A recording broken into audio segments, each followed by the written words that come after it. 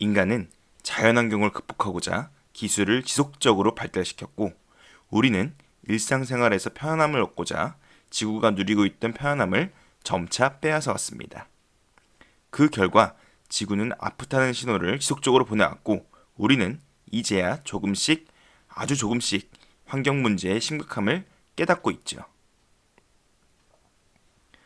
지구의 대기와 해양은 지속적으로 순환하기 때문에 개인이나 개별 국가의 노력만으로는 심각해진 환경 문제를 해결하기가 어렵습니다.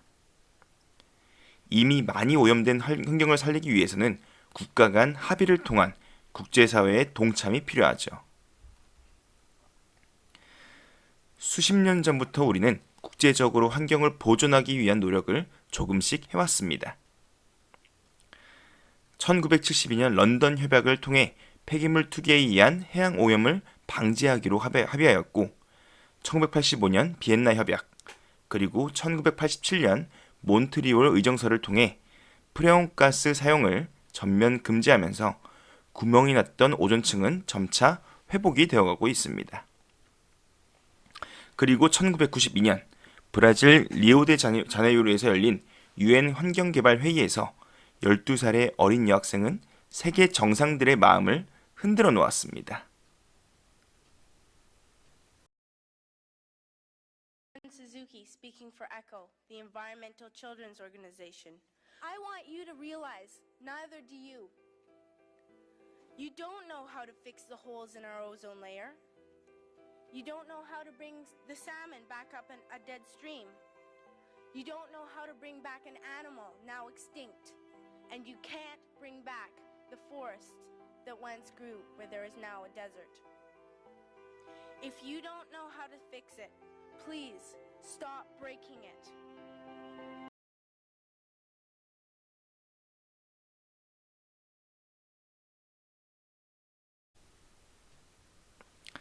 세번 스즈키의 연설은 사람들의 마음을 사로잡았고, 지구 온난화를 방지하기 위한 온실가스 감축에 대해 합의를 하게 되었습니다.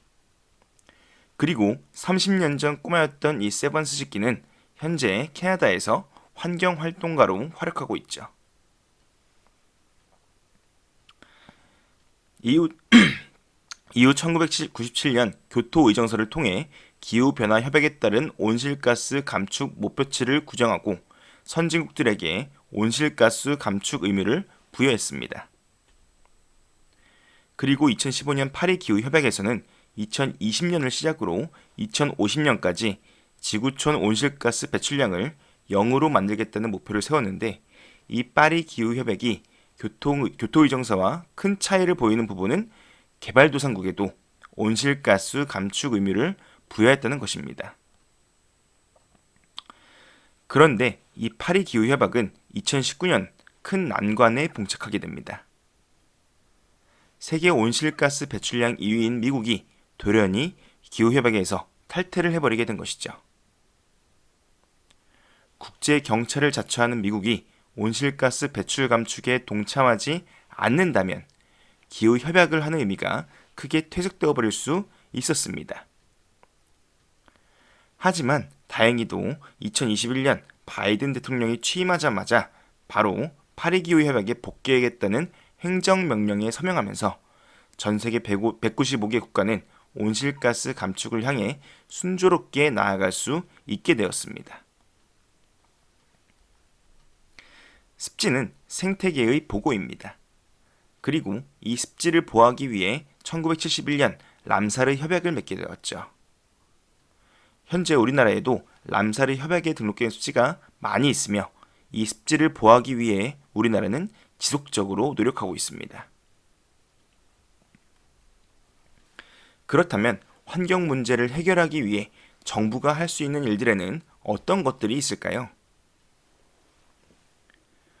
우리 정부는 국제사회 노력에 대한 참여의 일환으로 탄소 배출권 거래제를 도입했습니다. 탄소 배출권 거래제란 정부에서 기업의 온실가스 배출 허용량을 정해주고, 기업에서는 그 범위 내에서 온실가스 감축을 하되 남거나 부족한 배출권의 기업 간 거래를 허용하는 제도를 말합니다. 이 제도를 통해 온실가스 감축을 효율적으로 한 기업은 배출권 판매로 이익을 취할 수도 있게 되었죠.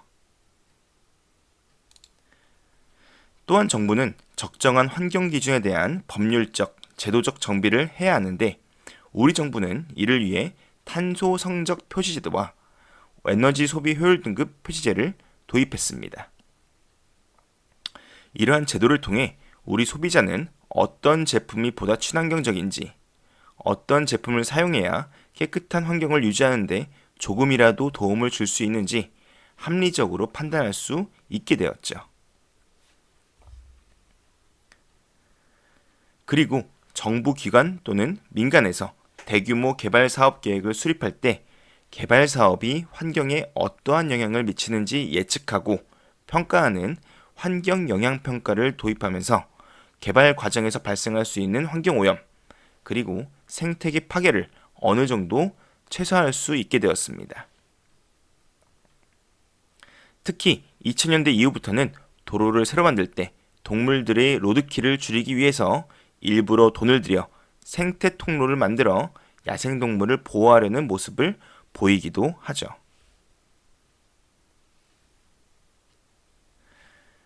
최근 기업들은 친환경에 대한 대중들의 관심이 높아지면서 친환경을 마케팅에 활용하는 모습을 많이 찾아볼 수 있습니다. 자신들의 제품이 얼마나 친환경적인지, 환경을 보호하기 위해서 얼마나 노력하는지 보여주기 위해 스마트폰 패키지에 충전기를 빼는 모습도 우리는 볼 수 있죠. 또한 최근 페트병 재활용률에 대한 이슈가 많아지면서 재활용을 좀 더 쉽게 하기 위해 페트병을 감싸고 있는 비닐을 없애는 이러한 에코병이 점차 많아지고 있기도 합니다. 그리고 기업들은 신재생 에너지 개발에 적극적으로 투자하고 있기도 한데요.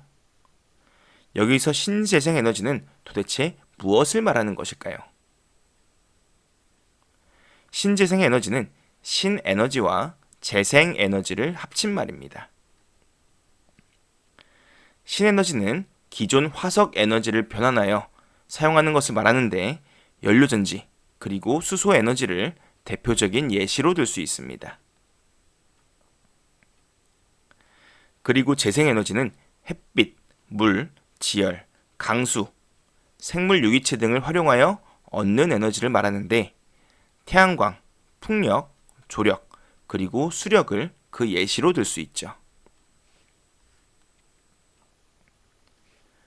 태양광 발전은 많은 사람들이 태양열 발전과 용어를 혼용해서 사용하는데 이 둘은 엄연히 다릅니다.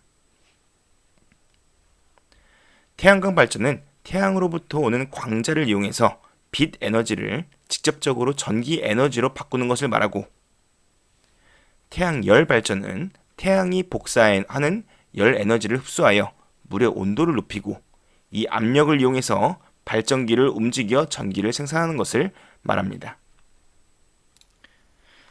과거에는 태양열 발전을 많이 사용했었지만 현재는 거의 찾아볼 수 없고 대부분 태양광 발전을 하고 있습니다. 이 태양광 발전은 태양의 빛을 이용하기 때문에 당연히 일조량이 풍부한 지역이 유리합니다. 따라서 기상 상태의 제약을 많이 받기도 하죠. 우리나라의 경우 전라남도 그리고 전라북도가 일조량이 많은 지역인데 이 지역의 해안가에 있는 폐염전에 태양광 패널을 설치하고 발전을 많이 하고 있습니다.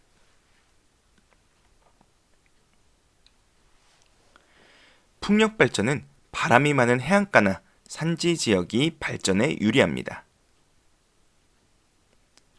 그런데 이 풍력 발전은 발전기가 돌아갈 때 워낙 소음이 커서 사람이 많이 사는 도시 지역에서는 이 풍력 발전을 하기가 매우 어렵습니다. 여러분들이 사용하는 선풍기도 소리가 큰데 날개 하나 길이가 30m가 넘는 선풍기가 돌아간다고 생각하면 얼마나 소리가 클지 짐작이 가실 거라고 생각합니다. 이 풍력 발전은 우리나라 경상북도, 강원도의 태백산맥 지역, 그리고 제주도 해안가에서 주로 발전을 하고 있습니다. 조력발전은 만조와 간조의 높이 차로 인한 물의 압력으로 전기를 발전합니다. 따라서 조수간만의 차가 큰 해안 지역이 조력발전에 유리하죠. 우리나라 서해와 남해는 조수간만의 차가 매우 커서 조력발전이 가능한 곳이 많지만 조력발전을 하기 위해서는 방조제로 만을 막아야 하고 이로 인해 갯벌이 파괴되기 때문에 딱 한 곳에서만 운영을 하고 있습니다. 경기도 안산시의 시화호는 우리나라 유일한 조력발전소이자 세계 최대 규모를 자랑하기도 합니다. 수력발전은 높은 곳에 위치한 물의 위치 에너지를 이용해 전기를 생산합니다.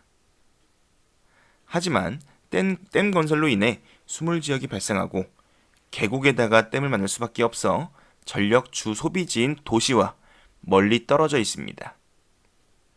따라서 전기를 보내는 비용인 송전 비용이 매우 비싸다는 단점이 있죠.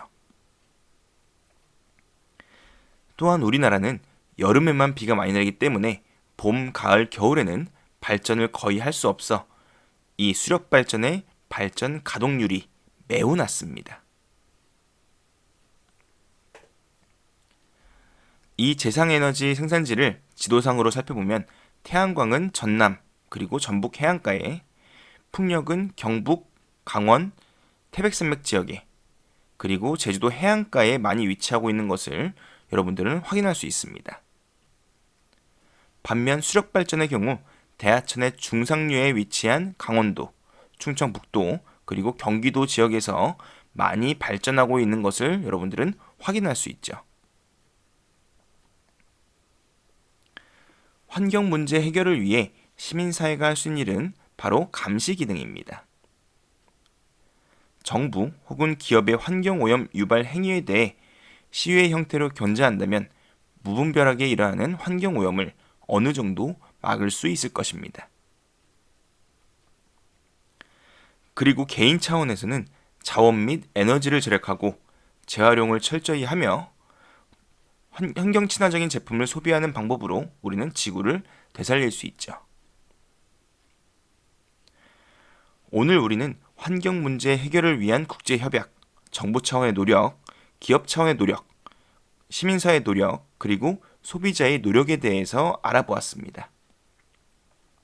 다음 시간에는 산업화와 도시화에 대해서 배워보도록 하겠습니다. 여러분들 정말 수고 많으셨습니다.